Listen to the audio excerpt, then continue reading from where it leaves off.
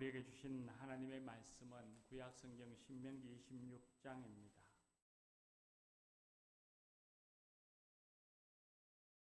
신명기 26장 1절에서 11절의 말씀입니다. 구약성경 301쪽에 있습니다.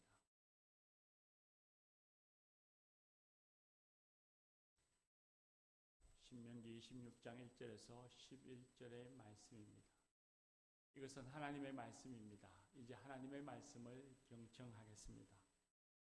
내 하나님 여호와께서 내게 기업으로 주어 차지하게 하실 땅에 너가 들어가서 거기에 거주할 때에 내 하나님 여호와께서 내게 주신 땅에서 그 토지의 모든 소산의 만물을 거둔 후에 그것을 가져다가 광주리에 담고 내 하나님 여호와께서 그의 이름을 두시려고 택하신 곳으로 그것을 가지고 가서 그때 제사장에게 나아가 그에게 이르기를 내가 오늘 당신의 하나님 여호와께 아뢰나이다.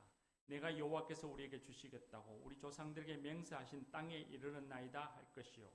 제사장은 내 손에서 그 광주일을 받아서 내 하나님 여호와의 제단 앞에 놓을 것이며 너는 또 내 하나님 여호와 앞에 아뢰기를 내 조상은 방랑하는 아람 사람으로서 애굽에 내려가 거기에서 소수로 거류하였더니 거기에서 크고 강하고 번성한 민족이 되었는데 애굽 사람이 우리를 학대하며 우리를 괴롭히며 우리에게 중노동을 시키므로 우리가 우리 조상의 하나님 여호와께 부르짖었더니 여호와께서 우리 음성을 들으시고 우리의 고통과 신고와 압제를 보시고 여호와께서 강한 손과 편팔과 큰 위엄과 이적과 기사로 우리를 애굽에서 인도하여 내시고 이곳으로 인도하사 이 땅 곧 젖과 꿀이 흐르는 땅을 주셨나이다.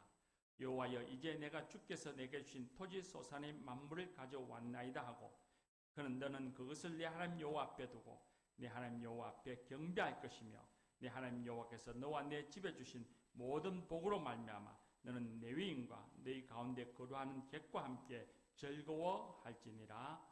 아멘. 이 말씀으로 하나님이 은혜 줄 줄 믿습니다. 할렐루야. 인생의 목적이 행복이라면 감사하는 사람이 행복할까요? 많이 가진 사람이 행복할까요? 살리에리라고 하는 음악가는 모차르트와 동시대를 살았던 사람입니다. 그는 이탈리아 출신의 음악가로서 오스티아 왕가의 궁정 악장을 맡기도 했고 18세기 오페라의 한 획을 긋는 아주 훌륭한 그런 음악가, 작곡가였습니다. 그런데 그는 어릴 적부터 탁월한 천재적 재능을 가진 모차르트를 시기하고 질투했습니다. 자신에게 모차르트와 같은 천부적 재능이 없는 것을 늘 원망했다고 합니다. 이 살리에리는 과연 행복했을까요? 그는 많이 가진 사람이었으나 가난했습니다. 반면에 성경에 나오는 바울사도를 보면 당대의 지식인이요 태어나면서부터 로마의 신인권을 가진 권세 있는 사람인데 이가 복음을 전하면서 죽을 정도의 매를 맞고 가난과 기근, 조롱과 핍박을 받으면서 살았다고 하니 이처럼 바보 같은 사람이 없고 불행한 사람이 없다 싶은데 그는 스스로 고백하기를 나는 아무것도 없는 것 같으나 모든 것을 가진 사람이로다 하며 행복해했습니다. 단순히 자아도취, 자기 만족에서 오는 그런 행복이 아니라 그런 기쁨이 아니라 나의 나된 것은 다 하나님의 은혜로다 고백하면서 하나님의 은혜에 감사하는 그 감사를 통해서 행복을 누리고 있습니다. 많이 가진 사람이 행복한 것이 아니고 감사하는 사람이 행복하다는 것을 알 수 있습니다. 오늘 우리가 읽은 성경 말씀에 보면 하나님께 감사하는 행복한 사람이 나옵니다. 하나님께서 이스라엘 백성들에게 가나안 땅에 입성해서 농사를 지으면 그 농사를 지은 후에 그 땅에서 얻은 수확물, 포도주, 또 올리브, 밀, 보리 이런 모든 수확물 가운데 첫 수확물을 만물 하나님께 예물로 가져와서 예배드리라 그렇게 말씀하십니다. 이는 단순히 예식이나 의식을 행하라는 말씀이 아닙니다. 첫 수확물을 하나님께 가져와서 예배를 드리면서 과거에 우리가 애굽에서 종노릇하면서 중노동 당하고 학대당하고 고통받을 때에 하나님께 부르짖었더니 하나님이 우리를 강한 손과 편팔로 애굽에서 구원해 내어 주셨습니다 하는 과거의 은혜를 기억하고 그리고 지금 적과 꿀이 흐르는 가나안 땅을 주셔서 농사를 지어 토지소산의 첫 수확물을 가져왔습니다. 말을 하고 하나님께 예배드리라 그렇게 말씀합니다. 결국은 하나님께서는 이스라엘 백성들에게 과거에는 물론이거니와 현재에도 하나님이 주신 땅에서 수확을 거두었으니 베풀어 주신 은혜를 잊지 않고 감사 예배 드리라는 것입니다. 그냥 예식, 의식을 치르는 것이 아니라 감사한 마음으로 마음을 다해서 하나님께 감사 예배를 드리라 그렇게 말씀하고 있습니다. 성경에 보면 이스라엘 백성들은 자주 하나님의 은혜를 잊고 작은 어려움에도 불평하고 원망하는 백성들이었습니다. 그런 백성들에게 하나님께서는 예배를 통하여서 은혜를 기억하고 그리고 그 은혜에 감사하라 가르치신 것입니다. 또 여러분, 하나님은 택한 백성들이 하나님의 은혜를 잊지 않고 감사하기를 원하십니다. 감사하는 백성을 기뻐하십니다. 감사라는 것이 무거운 짐을 맡기는 것이 아닙니다. 오히려 행복한 삶을 가도록 인도하는 것입니다. 감사의 삶이, 감사의 길이 행복의 길이기에 하나님이 감사의 자리로 부르시는 것입니다. 말씀에 순종하여 감사하는 이스라엘 백성은 행복한 사람이 되는 것입니다. 또 여러분, 저와 여러분도 하나님께 받은 은혜가 크고 많습니다. 예수 그리스도의 십자가의 보혈의 은혜로 자녀 삼아 주셨으니 이보다 더 큰 은혜는 없습니다. 이것이면 충분할 것 같은데 하나님께서는 약속하신 대로 항상 우리와 함께 하시면서 우리의 삶을 지키시고 도와주시고 인도하여 주셔서 여기까지 이르게 해 주셨습니다. 올 여름을 생각해 보면 너무 더워서 숨이 턱에 찰 정도였습니다. 다시는 가을을 구경하지 못할지 모른다라는 생각도 했죠. 그런 무더위 속에서도 우리에게 건강을 주셨고 더위를 이길 수 있는 지혜를 주셨습니다. 가을이 오지 않을 것 같지만 지금 우리는 가을을 누리고 있습니다. 단풍이 아름답게 물들어가기 시작했고 하늘이 훨씬 맑고 청명해져가고 높아지는 것을 보고 있습니다. 기후의 위기로 걱정이 많았습니다. 산불 피해가 많아서 염려되기도 했습니다. 비가 많이 와서 걱정도 했습니다. 그러나 그런 위기들을 잘 이기고 열심히 농사 지을 수 있는, 일할 수 있는 환경을 허락해 주셨습니다. 그 은혜로 지금 풍성한 결실을 거둘 수 있었고 우리의 식탁에 제철의 과일과 곡식들이 올라오고 그것들을 우리가 먹고 즐기고 있습니다. 우린 다 도시에 살고 있으니 농사를 짓지는 않죠. 그러나 농사 짓지 않더라도 일할 수 있는 건강을 주셨고 일터를 주셨고 함께 일할 수 있는 동료를 주셨고 오곡백과를 구입해서 먹고 마실 수 있는 기쁨과 즐거움과 여건을 우리에게 허락해 주셨습니다. 지난날 우리가 누리고 있는 누렸던 것, 올 한 해 살아온 날들을 돌아보면 다 하나님의 은혜였습니다. 그리고 지금 우리가 누리고 있는 모든 것 하나님이 주신 것이요 하나님의 은혜임을 믿습니다. 물론 우리가 열심히 살기도 했죠. 노력하기도 했습니다. 그러나 하나님이 보이지 않는 손길이 도우시지 않았다면, 하나님께서 그 사랑의 손길로 우리를 지키시고 인도하시지 않았더라면 우리가 지금 어떤 상황을 맞이하고 있을지 알 수 없습니다.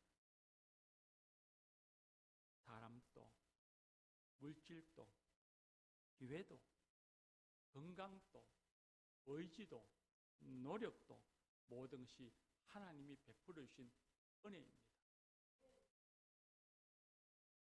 과거와 현재를 생각하면 하나님의 은혜가 크고 놀랍습니다. 그 과거와 현재의 모든 삶이 하나님의 은혜이기에 우리는 미래에도 하나님의 은혜가 우리에게 임하시고 우리를 풍성하게 하실 줄 믿습니다. 과거와 현재에도 하나님이 우리와 함께 하셨으니 미래에도 하나님이 함께 하셔서 우리를 지키시고 도와주시고 인도해 주실 것이라 믿고 감사드립니다. 지난날 또 오늘 또 내일 하나님이 은혜를 주셨고 또 주실 은혜가 있으니 우리 하나님께 감사의 박수로 올려드립시다.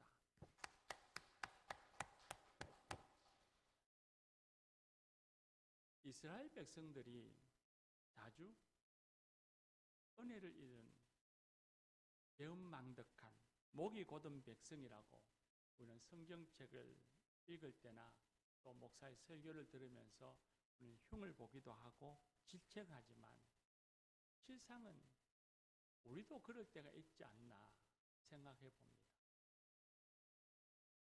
살기가 바쁘다는 이유로, 살기가 어렵다는 이유로 주신 은혜를 잊고 살고 감사하기보다는 불평하며 살고 아예 은혜라고 하는 것 자체를 인식하지도 그리고 느끼지도 않고 무감각하게 무관심하게 그렇게 살아가고 있기도 합니다.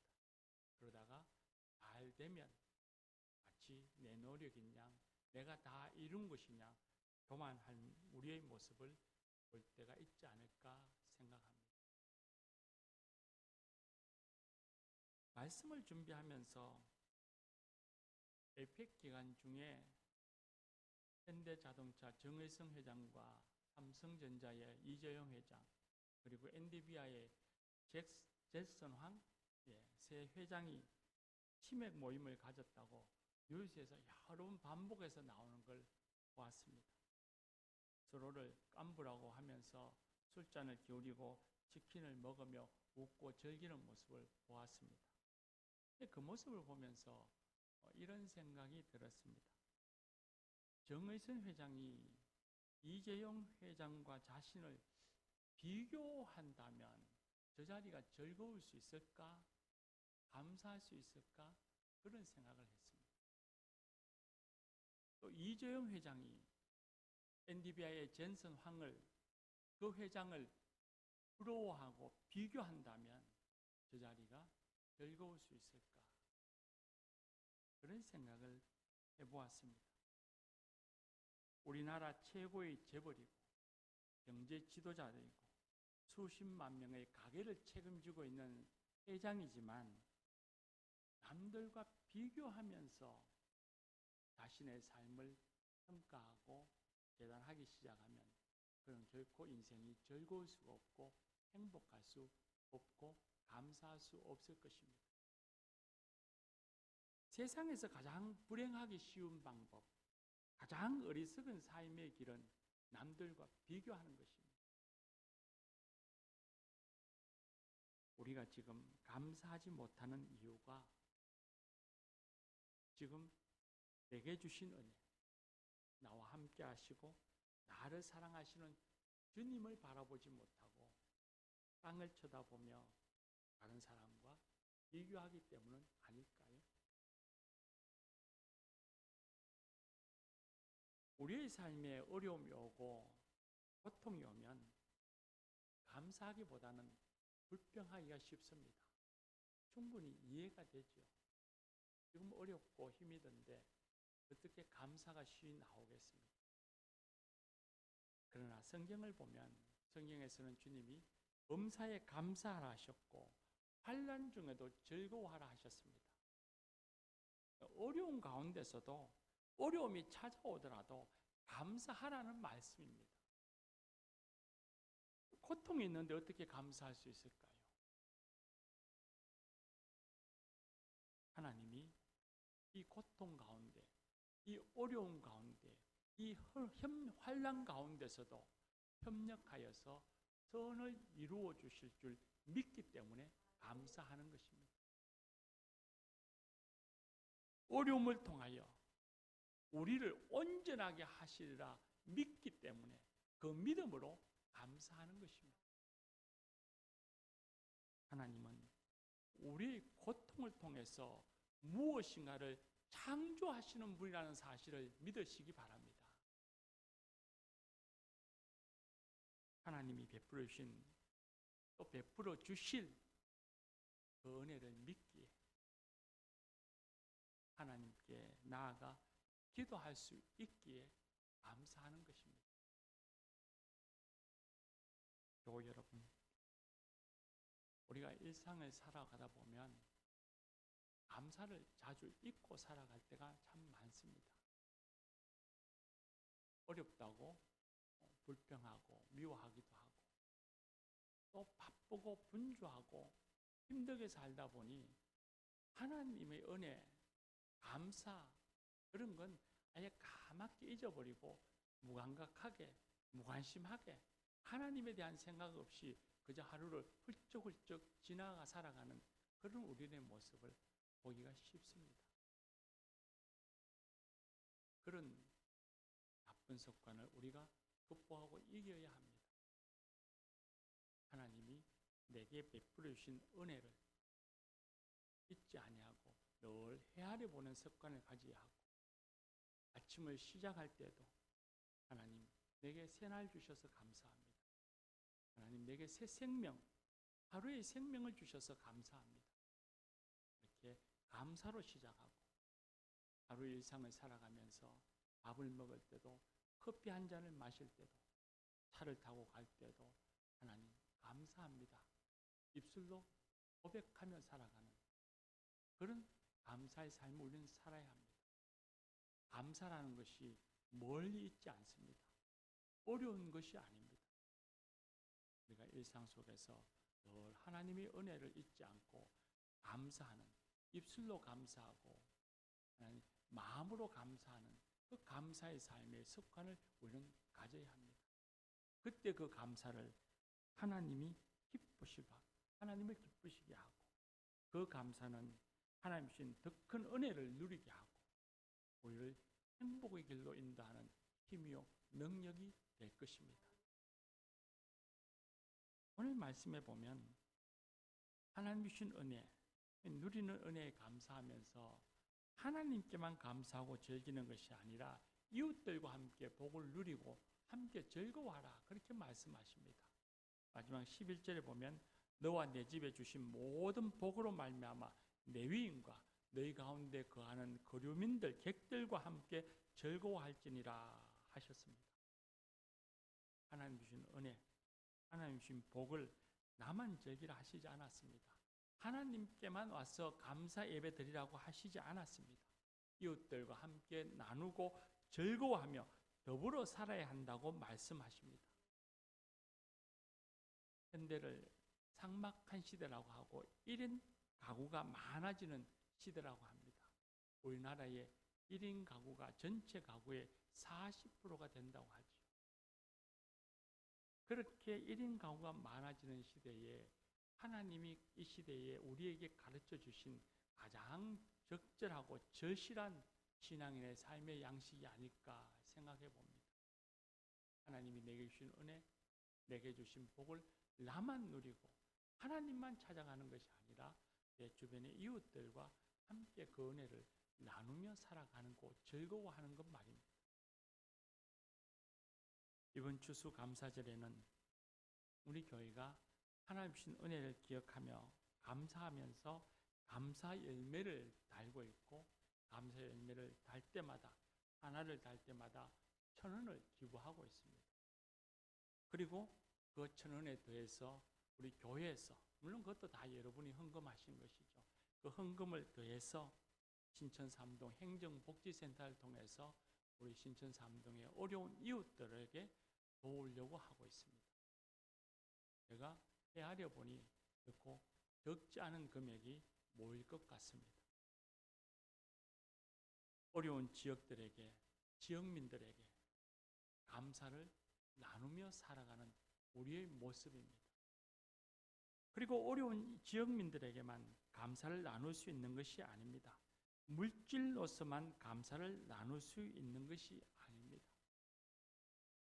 여러분의 삶의 가정의 옆 이웃들에게, 옆집에 사는 사람들에게, 오늘 보니 교회에서 추수감사절이라고 떡을 주더군요. 이 떡 안에 떡 2덩이가 있습니다.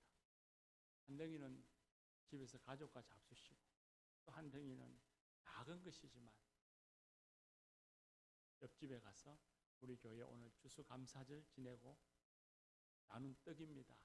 함께 드시면 좋겠습니다 하고 나누는 정말 작은 것이지만 감사를 함께 나누고 즐거워하는 것이라 믿습니다. 또한 이웃들이라는 것이 멀리 있는 것 아니지요. 가족들에게도 우리 자신의 감사를 나누고 함께 할 수 있습니다. 가족들에게 고맙다. 늘 만난 건 하나님의 은혜다. 라고 그 은혜를, 고마움을 표현할 수 있습니다. 가족 간에 그런 감사의 표현과 나눔을 하나님이 크게 기뻐하실 겁니다. 교우들도 이웃입니다. 추수감사의 풍요로움을 교우들과 함께 나눌 수 있습니다. 저희 집에 보니 우리 교우들 가운데 마당에서 감을 땄습니다 하면서 그 감 몇 개를 가져오신 교우님도 있었습니다. 저처럼 집에 작은 과실이 있다면 그걸 나눌 수도 있을 것이고, 우리가 주일날 시공산책에서 교우들에게 커피 한 잔을 대접하면서 고맙습니다, 축복합니다, 그렇게 감사를 나누며 하나님의 은혜를 함께 기뻐할 수 있습니다. 사랑하는 교우 여러분, 이웃들과의 감사가, 함께함이 멀리 있는 것 아닙니다. 일용할 양식을 주신 하나님의 은혜를 찬송하고 그 은혜를 이웃들과 함께 나누는 성도들이 되십시다. 결코 감사는 무거운 짐이 아닙니다. 오히려 행복한 삶으로 이끌어가는 길이라는 사실을 잊지 마십시다.